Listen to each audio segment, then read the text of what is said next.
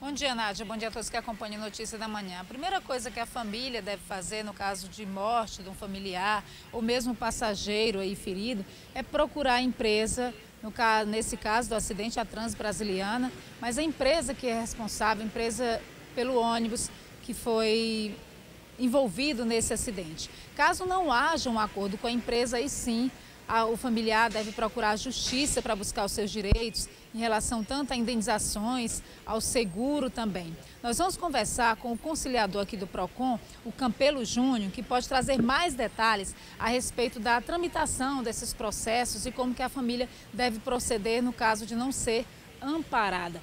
Que direitos de fato são garantidos? Nós vimos aí algumas questões, inclusive em relação à Agência Nacional de Transporte Terrestre, falando a respeito de quem não embarcou regularmente num terminal rodoviário. A gente viu que há esse caso de que muitas vezes as pessoas não são cadastradas. Teriam os mesmos direitos de quem foi embarcado regularmente, Campelo Júnior? Bom dia. Bom dia a todos. Primeiramente, é uma fatalidade, que não isenta a responsabilidade da empresa. Na verdade, trata-se de um acidente de consumo. As consequências jurídicas são praticamente as mesmas dos desastres aéreos, que são mais frequentes, mais comuns. O que resta, na verdade, é a responsabilidade no sentido de que as vítimas, ou pelo menos os familiares, devem ser ressarcidos, indenizados, tanto no aspecto moral quanto no aspecto material. Então, independentemente se foram cadastradas ou não, agora a partir do momento que elas forem identificadas, os familiares podem sim propor uma ação específica buscando a reparação de danos morais e danos materiais. Até porque a responsabilidade ela é objetiva, ela independe da comprovação da culpa da empresa, no caso, Se ficar comprovado que há um nexo de causalidade entre a conduta e a lesão, é certo que haverá o direito para que as pessoas possam ser indenizadas. Houve 3 sobreviventes e famílias que perderam completamente aquele passageiro. Sim, não tenha dúvida. A extensão do dano é que vai aferir o valor a ser indenizado. É lógico que as pessoas que morreram, os familiares terão um valor maior a ser recebido. Agora, aquelas que tiveram apenas a integridade física lesionadas, vai ter uma redução nesse percentual a ser indenizado. Agora, é certo que pode ser discutido a questão também do seguro DPVAT, que é o danos que são causados pelos veículos automotores de vias terrestres, foi criado em 1973, que podem ser propostos também juntamente à seguradora responsável pela cobertura desse tipo de sinistro, e no caso de morte chega até o valor de R$ 13.500, que é o valor máximo que, no caso de morte, a pessoa, ou pelo menos o sobrevivente, os herdeiros, podem ser ressarcidos. A Nádia tem uma pergunta do estúdio. Pois não, Nádia? Bom, Gorete, primeiro a gente vai aqui atualizar a lista de passageiros mortos nesse acidente, de vítimas fatais. A empresa Transbrasiliana ontem confirmou alguns nomes, tirou gente da lista, colocou gente na lista. Vamos ver agora aí quais são as vítimas fatais, infelizmente, deste acidente que aconteceu na BR-316. O Rian de Souza Santos foi confirmado pela empresa. José Bazerra Neto também foi confirmado pela Transbrasiliana, que embarcou em Balsas, no Maranhão. A Ana Silva Oliveira, ela também embarcou em Balsas ao trocar a sua passagem com outro passageiro que acabou desistindo da viagem. O Wilton da Silva Abreu, que embarcou também no Maranhão, em Balsas.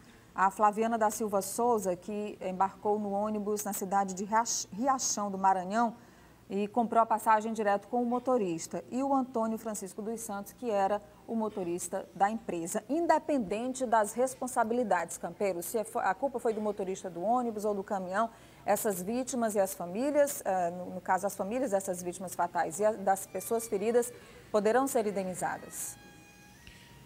Sim, é como eu falei, a responsabilidade é objetiva. Se você for pegar o que diz o Código de Defesa do Consumidor, quando ele menciona que um defeito no serviço que causa algum prejuízo de natureza extrapatrimonial, como atingindo a vida, a segurança do consumidor, até porque ele está sendo transportado pela empresa e ele tem que ser transportado de maneira segura. Qualquer consequência ou ineficiência desse serviço que cause qualquer tipo de prejuízo que possa ser comprovado, no caso a perda da vida, não tem a menor dúvida que eles devem ser indenizados, mesmo que a culpa tenha sido do motorista, mas a empresa ela é responsável pela contratação do motorista, pela competência técnica desse motorista. Portanto, nada mais compreensível de que a responsabilidade provavelmente vai recair sobre ela. Nós vimos no caso da Ana Silva, ela trocou a passagem com uma outra pessoa. Um outro passageiro comprou, desistiu da viagem, ela acabou comprando na mão dele. Existe alguma regulamentação na lei a respeito disso? O passageiro pode fazer isso ou a empresa ela tem uma responsabilidade sobre isso também? Olha, na verdade ela tem um controle. Como na chamada inicial, o técnico da ANTT falou muito bem. Então a Agência Nacional de Transporte Terrestre, ela que cuida desse procedimento de cadastro, de identificação do passageiro e também deve cobrar através da fiscalização se as empresas realmente estão fazendo esse procedimento para que posteriormente, se houver a comprovação de que estão a um desrespeito a essa normatização da agência, ela possa ser responsabilizada de uma forma ou de outra. Essa questão do seguro, a não ser que seja um seguro bem específico, se realmente o consumidor não tiver identificado, que ele vai estar sendo excluído da cobertura. Agora, no amparo legal, se houve um prejuízo, já provavelmente comprovando que o transporte estava sendo feito pela empresa e ela se omitiu, negligenciou no sentido de identificar, de fazer esse controle, se estão vendendo passagens a terceiro ou não, é bem provável que não vá isentá-la dessa responsabilidade. Muito obrigada, então, ao conciliador do PROCON, Campelo Júnior, pelas informações. Portanto, Nádia, a lei ampara todo passageiro, independente de como ele tenha comprado essa passagem, tenha embarcado nesse ônibus. Obrigada, Gorete. É muito comum, todos nós sabemos, muitas vezes o passageiro entrar no meio do caminho. Aqui um telespectador que não se identifica diz que costuma viajar nessa empresa do acidente e que já viu várias vezes o motorista embarcando pessoas, inclusive sem a passagem. Quanto mais com a identificação, né? Gorete, muito obrigada pelas informações.